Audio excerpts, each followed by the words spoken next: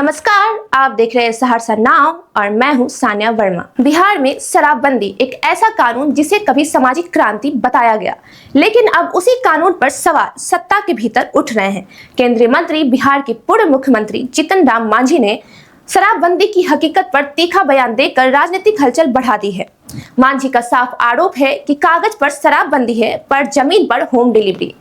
उनका कहना है कि नीति सिद्धांत रूप में ठीक हो सकती है, लेकिन इसका क्रियान्वयन पूरी तरह फेल हो चुका है। छोटे छोटे मामलों में गरीब और दलित समाज के लोग जेल जा रहे हैं, जबकि बड़े तस्कर बच निकलते हैं।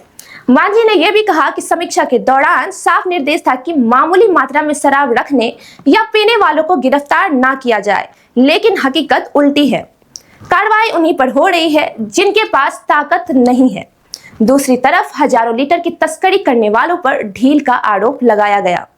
सबसे बड़ा सवाल उन्होंने आर्थिक नुकसान पर उठाया। मांझी के मुताबिक जब शराबबंदी प्रभावी नहीं है, बाहर से महंगी शराब आ रही है और होम डिलीवरी जारी है, तो बिहार का पैसा दूसरे राज्यों में जा रहा है, यानी कानून भी और राजस्व भी दोनों संकट में हैं। उन्होंने जहरीली शराब को लेकर भी चेतावनी दी है। दावा है कि अमीर महंगी शराब खरीद लेते हैं, लेकिन गरीब तबका मिलावटी शराब पीने को मजबूर होता है और जान गंवाता है। यही वजह है कि उन्होंने सरकार की नीति को गंभीर समीक्षा और छोटे मामलों में फंसे लोगों को राहत देने की मांग की है।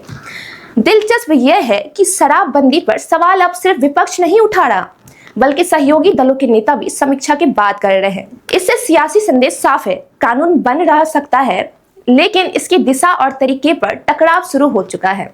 तो सवाल सीधा है, क्या शराबबंदी सच में सामाजिक सुधार का मॉडल है, या जमीन पर एक ऐसा कानून बन गया जिसमें गरीब फंस रहे हैं और सिस्टम सवालों से घिर रहा है।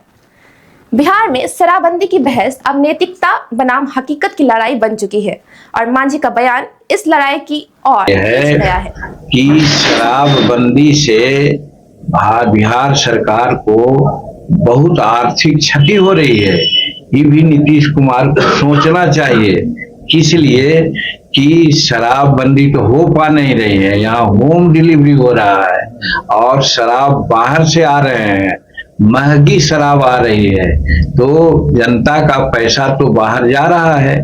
इस पर विचार करना चाहिए। बाकी तमाम खबरों के लिए आप देखते रहिए सहरसा नाव।